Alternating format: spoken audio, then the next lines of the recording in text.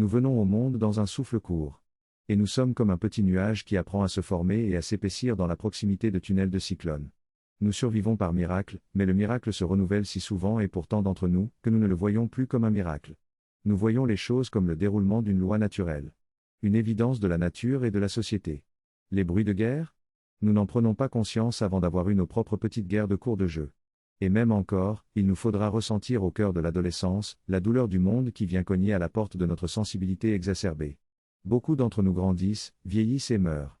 Sans avoir ressenti le déchirement et la peur que l'on ressent quand on prend conscience de l'intense noirceur des combles du monde.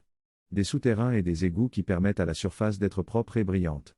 Toujours à 2 pas de nous, une violence inouïe qui aurait pu, 100 fois ou 1000 fois, déborder jusqu'à nous, et anéantir les prémices des années incertaines de notre vie. Nous ne comprenons pas la loi de ce monde. Nous sommes peu à la comprendre.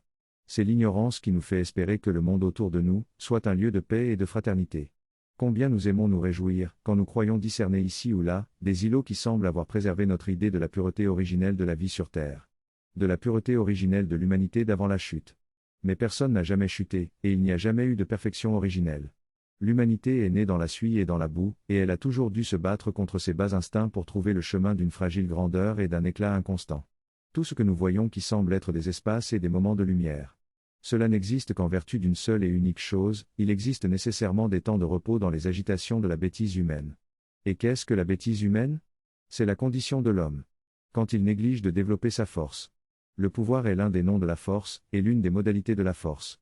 Il faut une intelligence vive, sertie dans une volonté naturellement rebelle mais capable de se discipliner.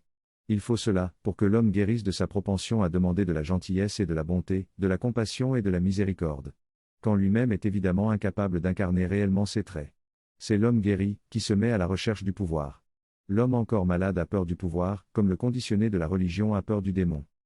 La compréhension de l'importance de développer du pouvoir naît de ce que l'intelligence voit, c'est à l'homme lui-même de se rendre capable de diriger le cours de ses pas, il ne doit pas demander à son prochain de le porter.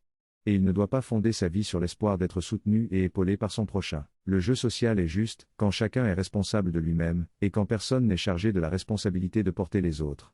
Et ce jeu demeure juste, quand ceux qui ont développé du pouvoir, comprennent qu'ils doivent s'en servir seulement pour vivre debout, sans chercher à faire tomber les autres. Et qu'est-ce que le pouvoir ? Peu de gens comprennent. Pour l'homme social, le pouvoir c'est ce que son intelligence a pu se rendre capable de développer en termes de compétences économiques. Ces compétences dont le seul objectif est de se constituer en source de revenus.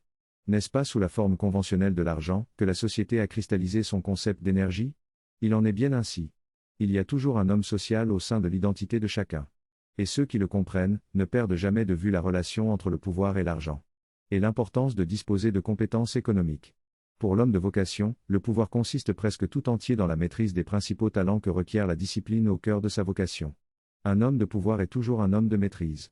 Soit qu'il maîtrise des compétences économiques, soit qu'il maîtrise des talents nobles.